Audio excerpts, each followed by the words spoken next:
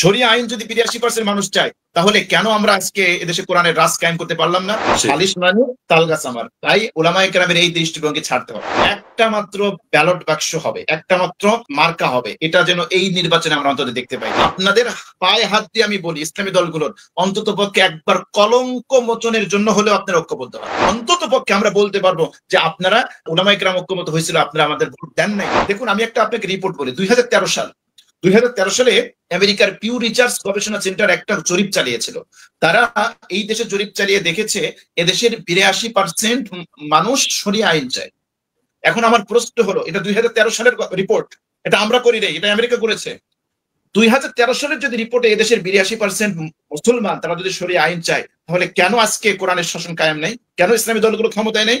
এর অন্যতম কারণ আজকে লজ্জা সংকোচ সব বলে গেলাম, এটা আমাদের ঐক্য না থাকার কারণ। এর অন্যতম কারণ হচ্ছে ইসলামী দলগুলোর ঐক্য না থাকার কারণ। এদেশের ৮২% মানুষ যদি শরিয়া আইন চায়, শরিয়া আইন যদি ৮২% মানুষ চায়, তাহলে কেন আমরা আজকে এদেশে কোরআনের রাজ কায়েম করতে পারলাম না? এর অন্যতম একটা কারণ হচ্ছে আমরা ঐক্যবদ্ধ হতে পারি নাই। এখন আপনি দোষ দিবেন যে অমকে আমাকে ষড়যন্ত্র করছে। আরে আপনি ষড়যন্ত্রে পা দেন কেন? আপনার কি বিবেক নাই? আপনার কি দিমাগ নাই? ইসলাম তো এরকম কথা বলে না যে আপনি বারবার ধোঁকা খাবেন, আপনি বারবার প্রতারিত হবেন। কেন আপনি খান? আপনি একটু রাজনৈতিক লিডার, আপনাকে যুগ সম্পর্কে সচেতন হতে হবে, আপনাকে দূরদর্শী হতে হবে, দূরদৃষ্টি সম্পর্ক হতে হবে। সুতরাং এটা আমাদের অন্যতম একটা ব্যর্থতা যে আমরা ইসলামী দলগুলোকে ঐক্যবদ্ধ করতে পারি নাই, ঐক্যবদ্ধ হতে পারি নাই। এখন সুযোগ এসেছে।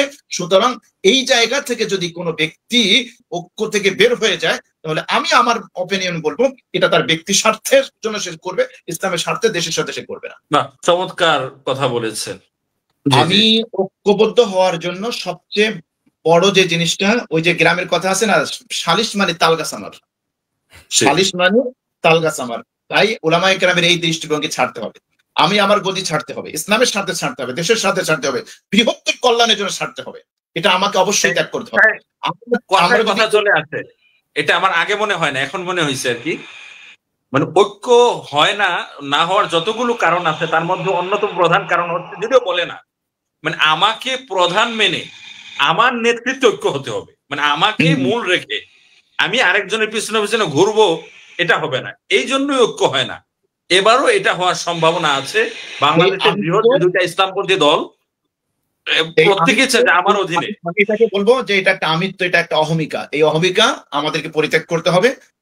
আমরা চাই, আমরা সেই অনেক আগ থেকেই এ বিষয়ে আমরা কথা বলছি, আমরা যেখানে যাওয়া দরকার যাচ্ছি, কাজ করছি, আমরা চেষ্টা করে যাচ্ছি, শেষ মুহূর্ত পর্যন্ত আমরা চেষ্টা করে যাব যাতে উলামায়ে কেরাম যেন এবার, আমি বলে আসছি যে উলামায়ে কেরামের পক্ষ থেকে একটা মাত্র ব্যালট বাক্স হবে, একটা মাত্র মার্কা হবে, এটা যেন এই নির্বাচনে আমরা অন্তত দেখতে পাই। অন্তত কলঙ্ক, আমি অন্তত তাদেরকে নিবেদন করব আজকের এই লাইভের মাধ্যমে যে আপনাদের পায়ে হাত দিয়ে আমি বলি, ইসলামী দলগুলোর অন্তত পক্ষে একবার কলঙ্ক মোচনের জন্য হলেও আপনারা ঐক্যবদ্ধ হন, যাতে করে এই গালি যেন আমরা শুনতে না হয় যে উলামায়ে কেরাম ঐক্যবদ্ধ হবে না, এই ব্যাপারে তারা একমত, এইটা যেন আমরা শুনতে না পাই। অন্তত পক্ষে আমাদের কলঙ্ক মোচনের জন্য হলেও এই নির্বাচন অন্তর আপনারা একমত হন। প্রয়োজনে আপনারা কিছু ছাড় দেন, আপনার নেতৃত্বের আসনটা ছাড়েন, আপনার চেয়ারটা প্রয়োজনে আপনি ছাড়েন, ছেড়ে অন্তত পক্ষে আমরা বলতে পারবো যে আপনারা উলামায়ে কেরাম ঐক্যমত হয়েছিল, আপনারা আমাদের ভোট দেন নাই। কাজেই এই কথা যেন আমরা বুক খুলে বলতে পারি, এর জন্য হলেও যেন উলামায়ে কেরাম একবার এই রাজনৈতিক দলগুলো যেন তারা ঐক্যবদ্ধ হয়।